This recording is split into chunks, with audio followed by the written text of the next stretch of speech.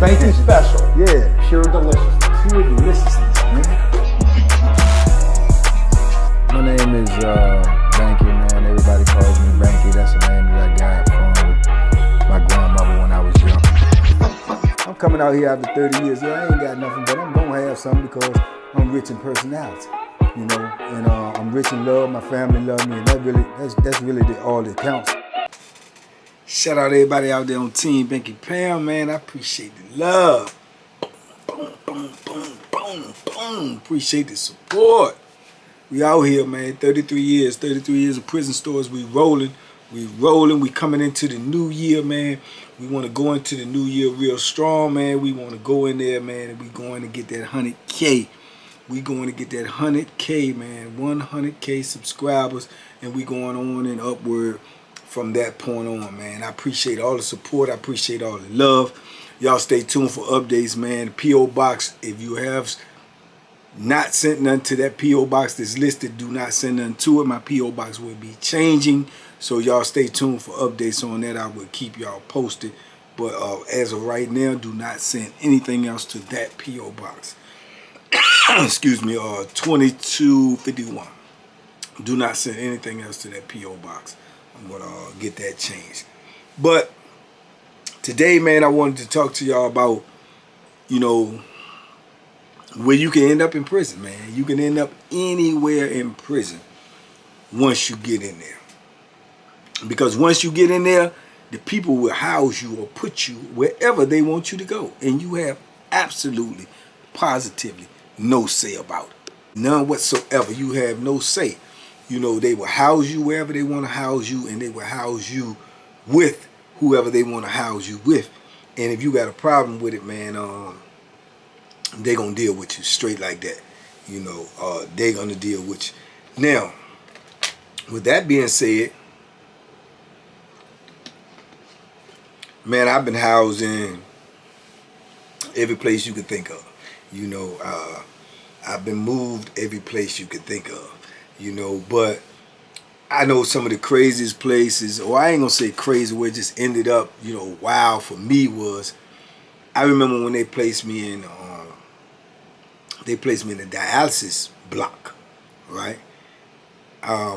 Yeah, I was on Greensville back in the day. They got a whole block that's nobody on the block but dialysis patients, right?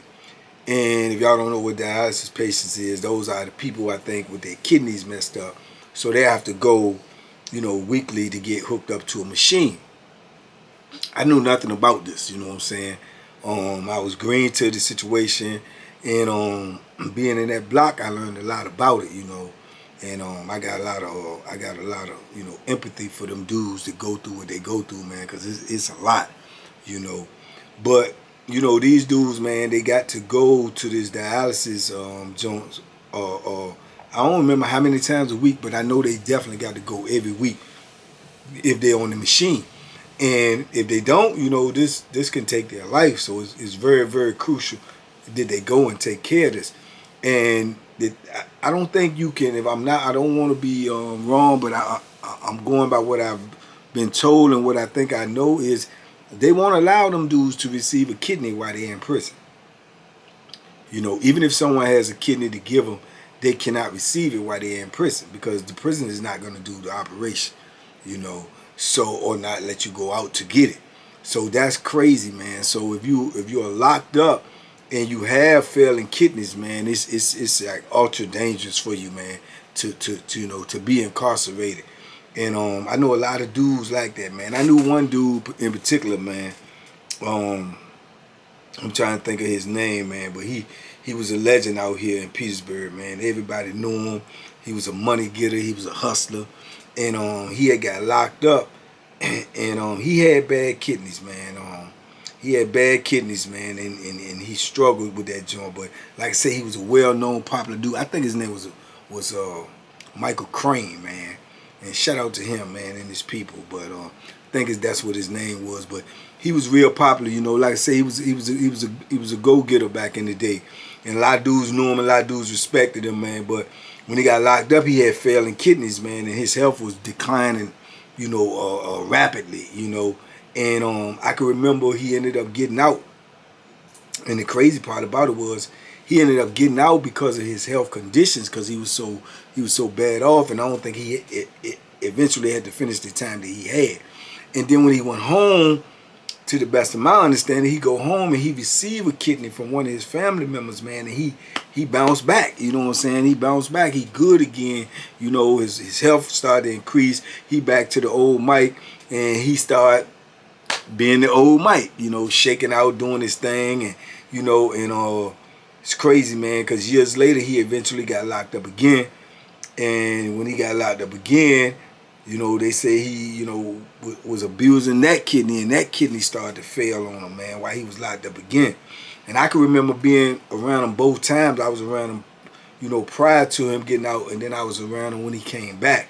And when he came back, to me, he looked at worse, you know, than he did before he left the first time, because, you know, it's different from a failing kidney to rejecting a kidney. His body started to reject the kidney that he receives. And yeah, man, and unfortunately he ended up passing away. And that was just like, that was wild, man, because so many dudes knew him and so many dudes rock with him, because all in all, he was a really good dude, man. He was a good dude. He's the type of dude you could be around and you're gonna laugh, and you know you're gonna trip out, you know, his stories, this, that, and the third. But he was a good dude, man. But I definitely remember him. When I think about dialysis, he one of the first dudes to come to my brain. So I remember I was in jail one time, and I get out of jail, man, and when you come out of segregation, you know, your time is up and they got bed space open. They're gonna fear you in that bed space no matter where it's at, until they can come up with a more suitable bed space. So I remember when I came out, they placed me in the dialysis block because it was the only bed that was open, and they had to lock somebody up, and I was the one who was coming out. So it was crazy, man. I go in there, like I say, by me not knowing nothing about dialysis and nothing, and I'm seeing all these dudes in there. And some of these dudes was big, I mean muscular, big and everything, but they all had like darkened skin, and their hair had started to, you know, get straight. They had these big knots on their arm, man. It was crazy. I mean, like real big knots, man, like lumps in their arm. If anybody ever seen a dude that's on a dialysis machine, they know what I'm talking about. So it was weird to me, and it was strange because I had never seen it like that, and then not that many. And I had seen a couple of dudes before out and about with that on their arm, but I didn't know what it was, and you know, I didn't inquire about it.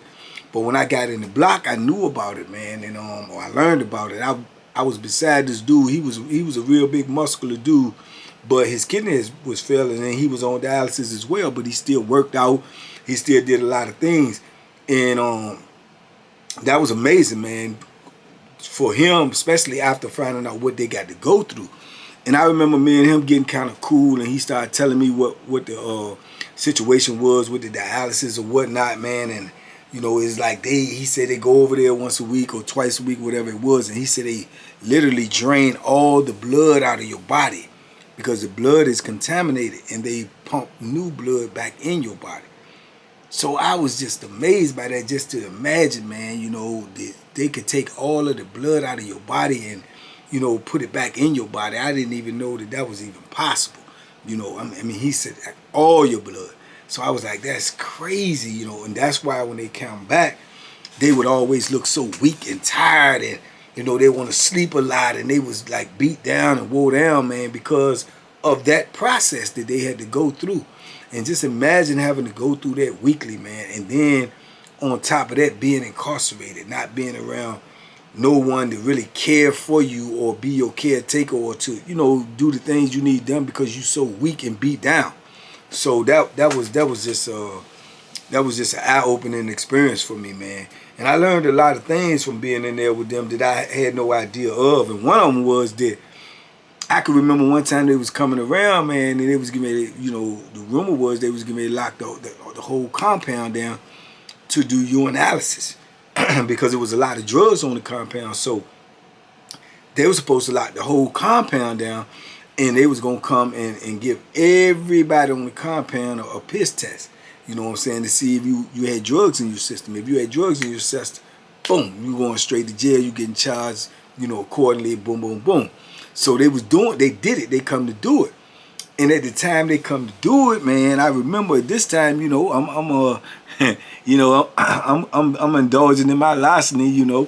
You know, I get weed, I sell it weed, or you know, I'm making money. I'm trying to, you know, live up in here. And I can remember having to, I had some weed at the time, and I had to try to put the weed in the Bama, try to hide the weed, get rid of it, because I knew that they was coming with this thing. And I can remember this dude, man, that used to get weed from me all the time. Every time I had it, he came to me and tried to get some right before we was getting ready to go on the lot. And I'm like, man, you can't smoke this weed now, man. He said, why not? I said, man, they get ready to come around and piss everybody. He was like, man, I'm on dialysis. I said, okay. He said, man, they can't piss me. I said, what? He said, man, they can't piss me. I said, why? He said, because I don't piss. I said, what? He said, yeah, man, when you've been on dialysis for so long, it will, you know, make you, you know, you won't be able to urinate. He said, all of that gets changed with your blood. He said, I can't piss. I was like, man. And it just, you know, that stuff is mind-boggling, especially when you're younger and then you don't know these things. It's just mind-boggling. I just couldn't even imagine that someone could not urinate. I didn't think you could. I thought you had to urinate or, you know, defecate, urinate or whatever just to stay alive, keep your body, you know, clean and right. But he was like, nah. He said, they don't. He said, if you've been on dialysis a long time, man, he said, even the dudes that's on it that ain't been on it long, they urinate very, very little, maybe once a day, if that, and it's not a lot. But he said, for the most part, the longer you stay on it, the less you'll be able to urinate till you can't urinate at all. So I was like, man, it was just like a big education for me being in that block, just learning a lot about that type of stuff, man. And it just was crazy, man. Then it's to see the struggles that them dudes go through, man, and it's rough, man. You know what I'm saying? It's rough, man. It really is, man. Because like I say, prison in itself is rough with what you got to go through, what you got to deal with. And then when you add on top of that, that you got some type of ailment, man, that's just, that demands constant attention and it's life-threatening, man, that's a mean position to be in, man. And yeah, it just gave me a lot of respect for them dudes, man. A lot of respect for them for what they had to go through, man. For me just learning, you know, being in that block, man. And they weren't no different from the rest of the dudes too. Even though they was locked up, even though they was going through the thing they go through, man, you still had dudes in there with that skullduggery. You still had dudes in there with that flammery, with that larceny, with that tomfoolery. They in there too. You know what I'm saying? Even with what they going through, you know, they'll bar us and game pad, and a lot of them will be thinking in their mind that, oh, well, he don't do nothing to me, he see me, because a lot of them are small. This dude was an exception because he was big and muscular or whatever, because he still had the energy to do what he did, because he was a young dude. So that also let me know that this thing ain't had no age limit, which will, you know, your kidneys or whatever that attack your kidneys. Sometimes it's hereditary. Sometimes, you know, you can come down with it. Sometimes it could be because of, you know, the lifestyle that you lived or whatever. But it had no age limit, man, because they had young dudes in there as well as old dudes. They had different colored dudes in there, if I can remember correctly. I think they had. Did I ever see a white guy in there? I think I did, but maybe one. Did I? Maybe one. I don't remember seeing too many white guys in there. You know, if I seen any, that's something that I had to think about even more. But, you know, it just taught me a lot, man, that this thing can attack anybody, man. So it just opened my eyes up. But for the most part, most of them dudes, man, they was little. They was frail because they went through so much. It's so taxing on the body that it takes a lot out of you. You know what I'm saying? And then I'd be remiss if I don't mention if I don't mention this dude right here, man, because he got to be top of the line, one of the funniest, craziest characters that I met too while I was locked up. And he also was a dialysis patient, man. Let me write his name down, man, because I might I might end up having to do a video about him, man, because he was now this is a character for you right here. Eric Blizzard. You can't forget that name, aka Erky B.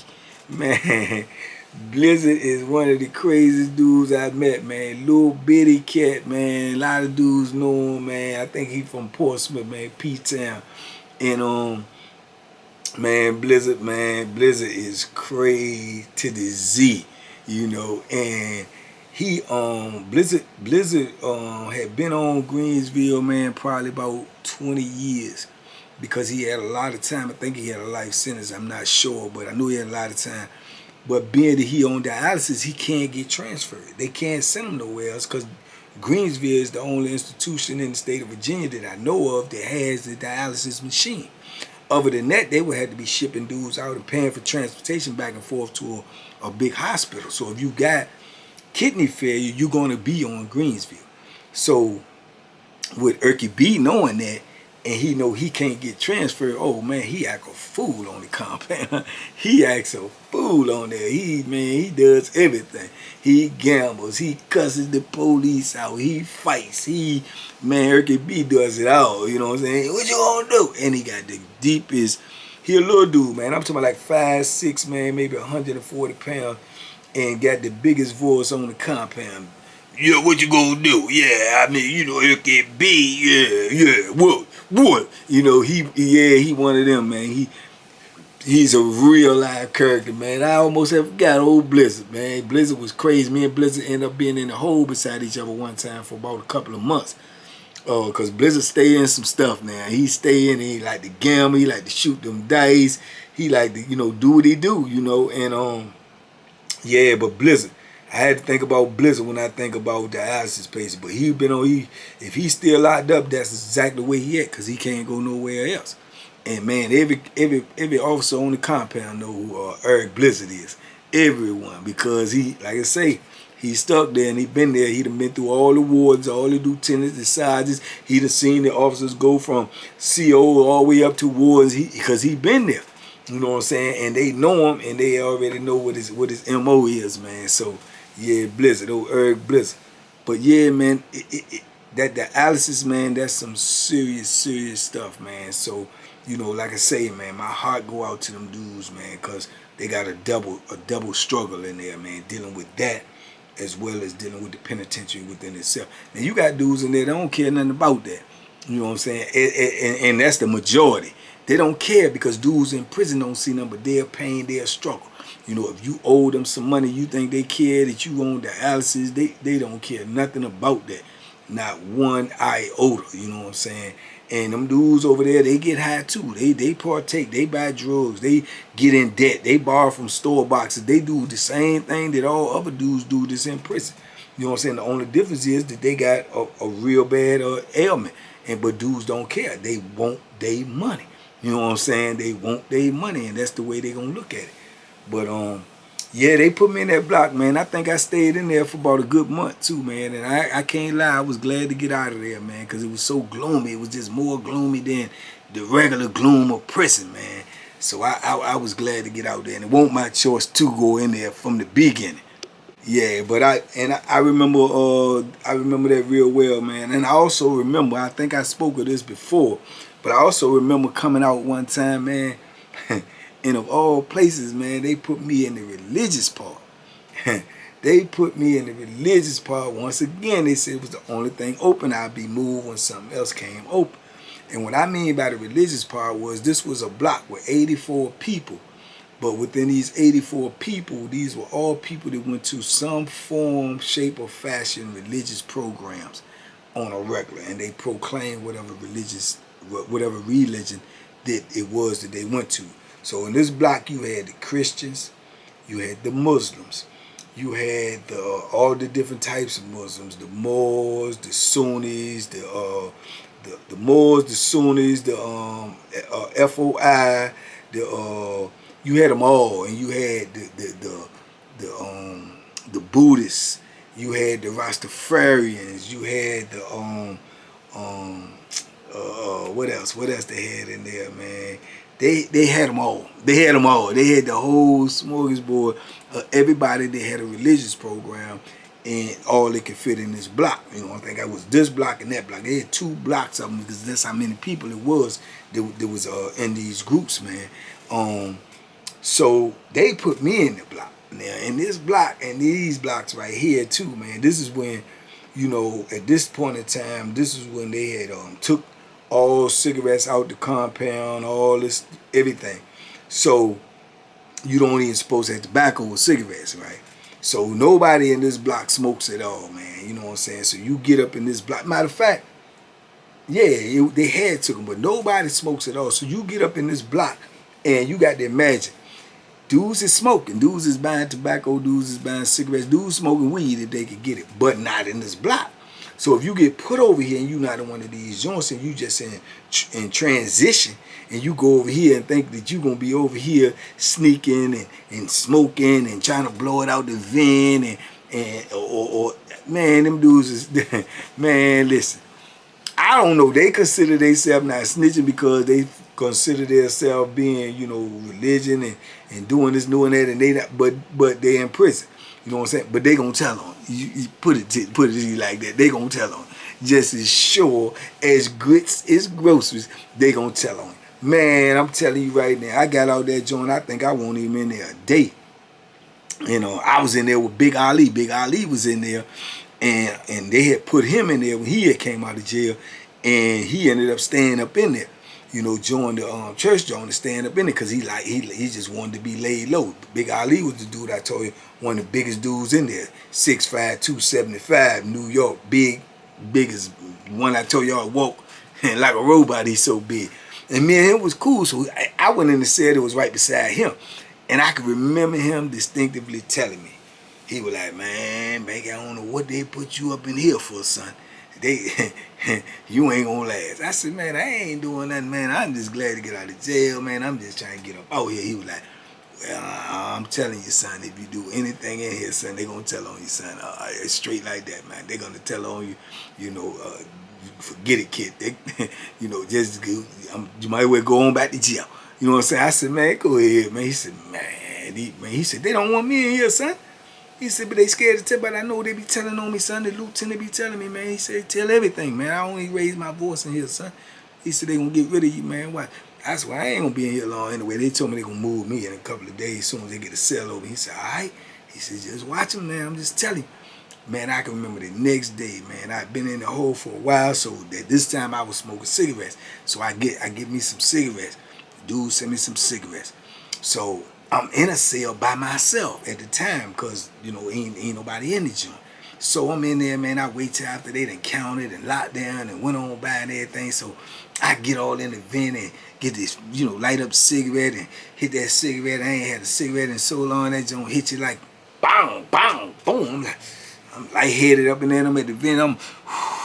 I'm blowing the joint out the vent. Man, hey, look, I kid you not, man. I come out that cell, man, as soon as count clear, man, dudes pull up on me. They pull up on me. Dudes like, yo, brother, can I talk to you? I'm like, what's up? He was like, brother, you smoking?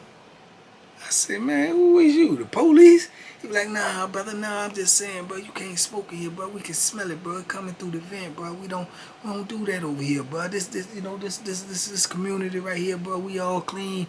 We up, man. I say, bro, bro, I can dig that, man. But you do you and let me do me, man. You know what I'm saying? I'm not telling you I was smoking or not smoking, because I don't have to tell you, but don't pull up on me, ask me what I'm doing, man. I'm doing me. Whatever I'm doing, it got something to do with me. I can't independent attention by myself. Brother, but you can't smoke in. I said, bro, leave me alone. Bro, leave me alone. Please leave me alone, man. And Ali come out and Ali was like, man, yeah, go ahead, son. Go ahead, son. I'm going to talk to him, son. Go ahead, son. And I'm like, man, he said, I told you, son. I told you. He said, man, they got nose like a hawk in here. They can smell everything, man. They going to tell on you, man. He said they're going to have a note on the lieutenant desk in the morning and say, man, dude ever said smoking, man. He said, they're going to come shake you down, man. I said, go ahead, man. He said, man, they gonna come shake you down, man. If you got anything in there, you better get it up out there. He said, they coming and get you. I said, man, what in the world these people done put me in? And it's crazy, and it didn't even stop there. Because now I get my property and stuff back, you know, and they got man, I got all this food in my property, man. I've been sitting in the hole and everything. And as I told you, if your property stay back there for a good while, some weeks or months or something, man, the mice done got to almost everything. Everything that's not, you know what I'm saying, a can or something that's sealed, the mice done got to it. They done ate half your commissary, if not all of it. You know what I'm saying? So the things that I did have that was still left, right, I had canned goods. I had, like, you know, the bag meals and stuff that came from the holiday pack, man, like meatballs and spaghetti and, you know, pulled pork or beef tips and bacon and all this stuff. So I go to the microwave to fix me a meal, man, to whip up that pure deliciousness. And man, I go to put some bacon in the microwave, man. I'm getting it all prepared and, you know, getting my meal all prepping and everything. Man, the brother pull up on me and say, brother, how you doing today? I said, I'm doing all right. He said, all praises due to Allah. I said, yeah, okay, what's good? He was like, you know you can't put that bacon in the microwave. I'm like, what? He said, bro, nah, you can't put that in the microwave, bro. We don't put no swine in the microwave. We don't eat that around here, bro. I say, bro, bro, I paid for this, man. I paid for this. I said, that microwave is everybody's microwave, my brother. I don't tell you what to do. I don't tell you what to eat. That's on you. You not going to tell me what I'm not going to eat. And ain't nobody going to stop me from putting that in that microwave. And I'm telling you that because I'm telling you if they try to stop me, it ain't going to be pretty, my dude. And I ain't got no beef or nothing with nobody. But please, don't nobody try to stop me from doing my time that these people gave me. And this stuff that I bought with my money. Please, brother, but you got to respect the microwave. What you mean? Respect the microwave? I am going to respect it and expect it to cook this food, to cook this bacon. You understand me? So, man, it's just crazy, man. But that situation was getting ready to get real volatile because they was adamant about that. And I was double adamant that you not going to tell me what to do with my stuff. So this is the type of community they done put me in, man. And then in a way, you know, looking back on it now as I'm older and wiser and smarter, you know, in retrospect, man, they was right because I'm coming into their stuff. This is something that they got for them. The people just put me there temporarily. But in the same sense, I'm right too because it's my stuff. I bought it. We all in the penitentiary, man. You can't claim none of this. This the state's. The microwave is a state microwave. It ain't like I'm putting it in your microwave. But I understood the concept of what they were saying. They had a system in line in there already. And I come in there and I'm out of line of the system. You see what I'm saying? But, you know, that almost got me all balanced too, man. Because I was hungry as a hostage. You understand me? And this is, I got my mind set on this bacon. And here you come with this foolishness. Talking about, man, Lord have mercy. You know, lot of mercy. You know, but...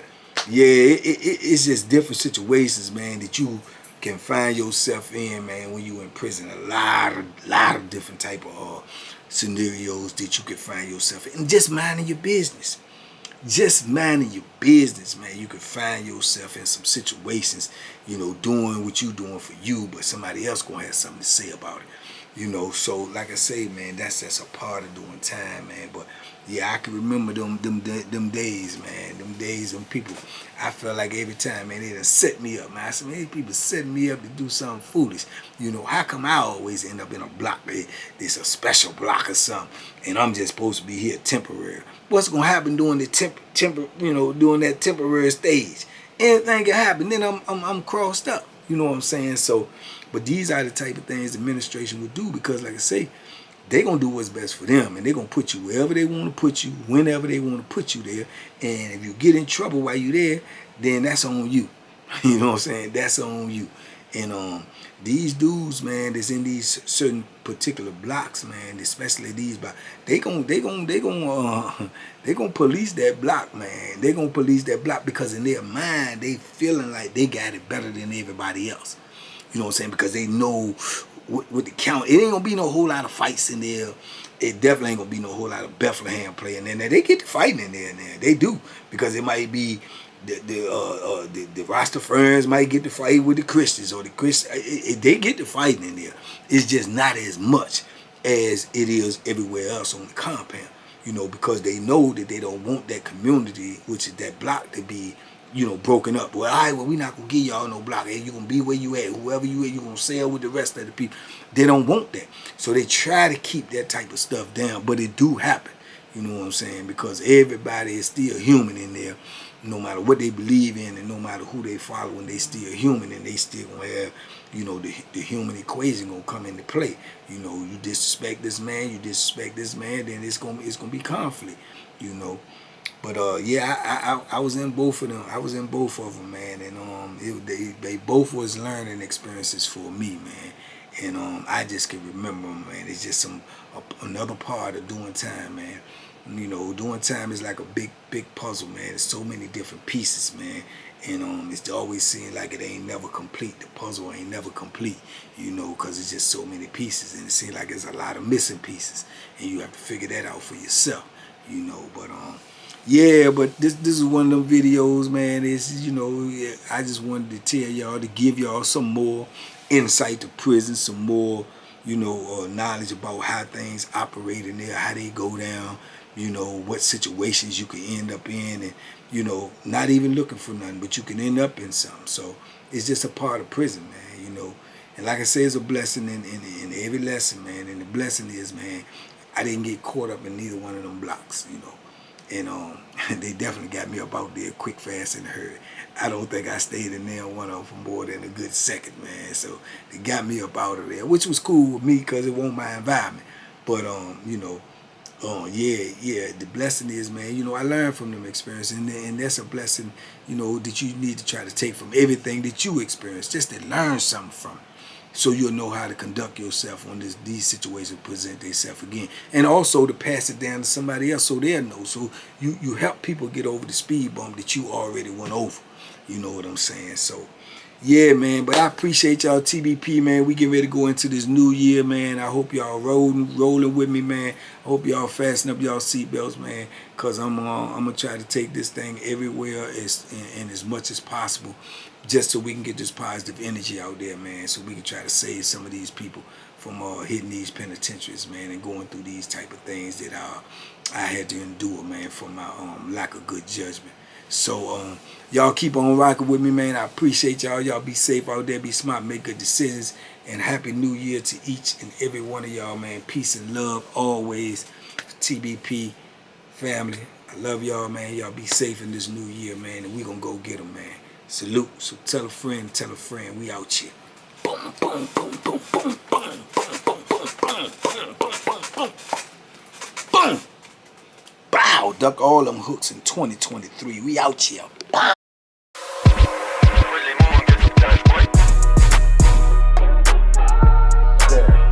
The Banky special. Yeah. Pure deliciousness. Pure deliciousness, man.